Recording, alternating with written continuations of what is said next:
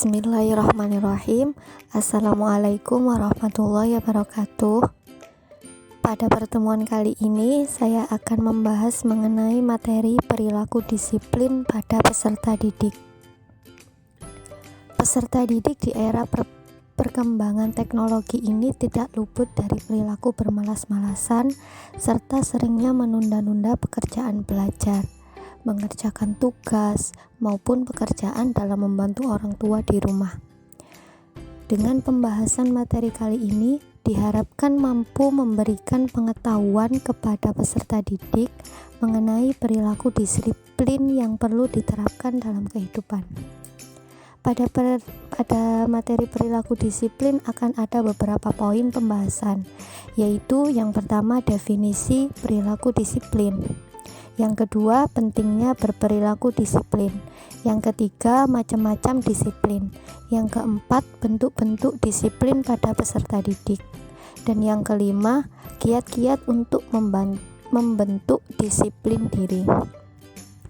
Yang pertama, yaitu apa yang kalian ketahui mengenai perilaku disiplin.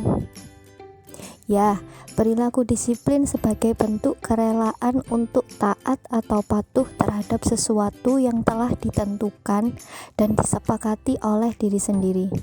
Peserta didik berperilaku disiplin sebagai bentuk tanggung jawabnya terhadap peraturan atau norma positif yang berlaku di lingkungan sekolah, lingkungan keluarga, maupun lingkungan bermasyarakat.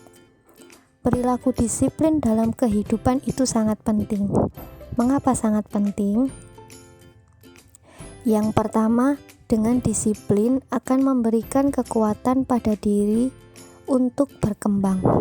Dengan kita berperilaku disiplin, kita akan lebih percaya diri dan bertambah kualitas diri dengan kegiatan-kegiatan yang sudah teratur dan terarah. Yang kedua, disiplin meningkatkan standar kehidupan. Dengan berperilaku disiplin, misalnya melakukan kegiatan belajar tepat waktu, kita akan menjadi terbiasa dan tanpa disadari kita menerapkan kedisiplinan dalam kegiatan belajar dan sekolah setiap harinya. Yang selanjutnya yaitu menciptakan kemajuan dalam diri. Seiring berjalannya waktu, hidup semakin berkembang, sehingga dengan kita berperilaku disiplin, kita akan membentuk kemajuan pada diri, sehingga kehidupan kedepannya bisa berubah. Yang keempat yaitu disiplin menciptakan batas dalam diri. Dengan berperilaku disiplin, seseorang akan lebih mempertimbangkan dan membatasi diri jika ingin melakukan hal-hal yang kurang menguntungkan bagi kehidupannya. Yang kelima, disiplin memastikan tujuan seseorang tercapai. Dengan berperilaku disiplin dalam melakukan sesuatu hal, seseorang akan tekun dan telaten, maka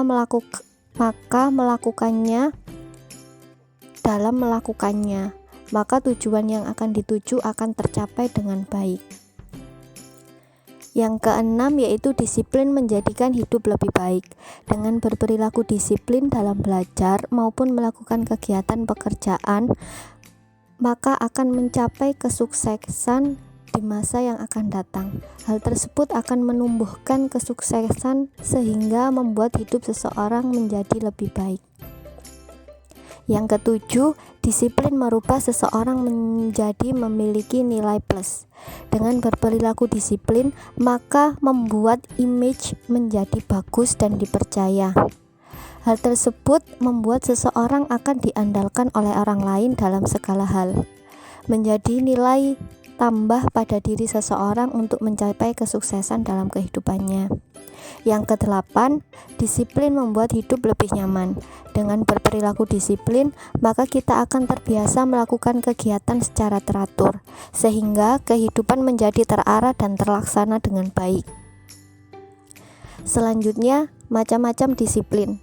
Yang pertama yaitu disiplin diri pribadi, di mana dalam berperilaku disiplin kita membutuhkan komitmen dan niat yang kuat dalam diri agar perilaku yang dihasilkan dapat sesuai dengan keinginan. Yang kedua yaitu disiplin sosial, di mana dalam keseharian kita hidup berdampingan dengan masyarakat lain, maka perlu disiplin dalam mentaati peraturan dan norma-norma yang berlaku di masyarakat maupun di lingkungan sekolah sebagai bentuk menjaga keharmonisan dan ketentraman lingkungan sekitar. Dan yang ketiga yaitu disiplin nasional, di mana kita sebagai warga negara perlu disiplin terhadap peraturan-peraturan yang ditetapkan oleh pemerintah. Dalam berperilaku disiplin dalam kehidupan sehari-hari, kita sebagai peserta didik pasti dipengaruhi oleh beberapa faktor, yaitu faktor internal dan faktor eksternal. Faktor internal berasal dari diri kita sendiri. Yang pertama yaitu faktor pembawaan, di mana faktor pembawaan ini berasal dari warisan atau keturunan dari generasi sebelumnya. Bisa dikatakan perilaku turun-temurun dari faktor genetik. Jika orang tuanya berperilaku disiplin, maka dia juga memiliki sikap atau perilaku disiplin tanpa perlu dipengaruhi oleh pihak luar. Yang kedua yaitu faktor kesadaran, di mana seseorang berperilaku disiplin karena pikiran dan hatinya sudah terbuka tentang apa yang telah dikerjakan, sehingga ia ingin melaksanakan atau melakukan perilaku disiplin untuk hidupnya yang lebih baik.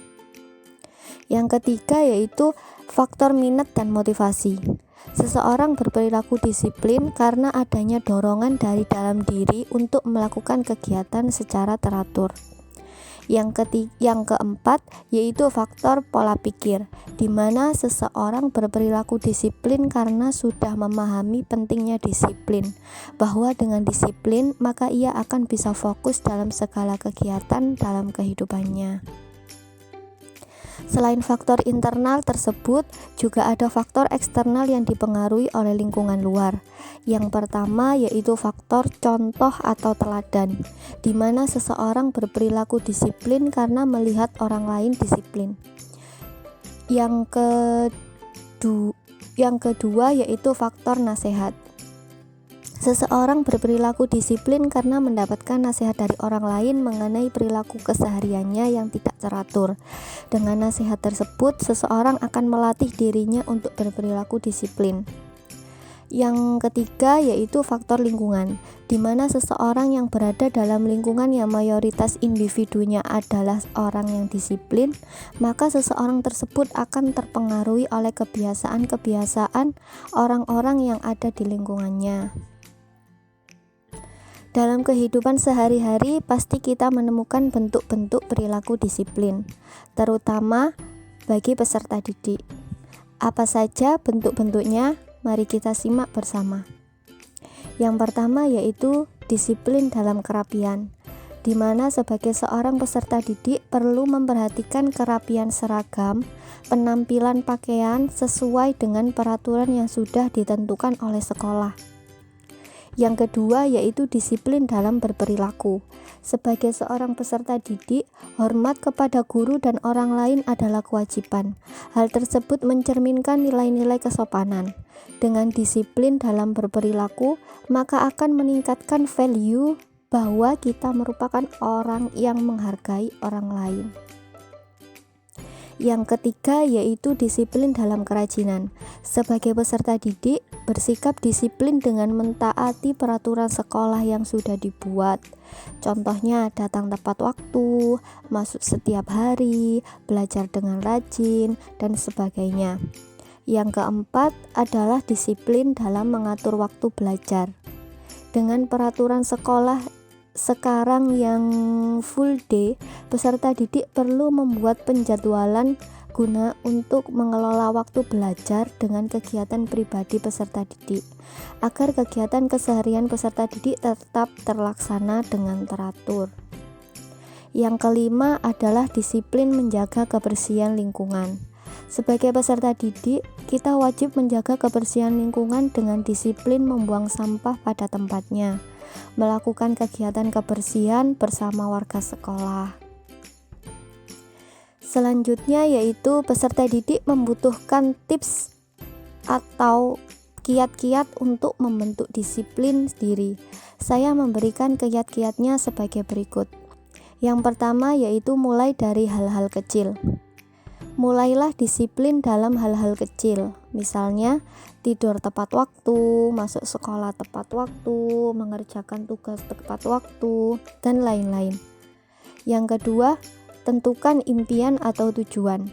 Kita perlu menentukan impian atau tujuan agar kita lebih konsisten dalam melakukan kegiatan secara disiplin.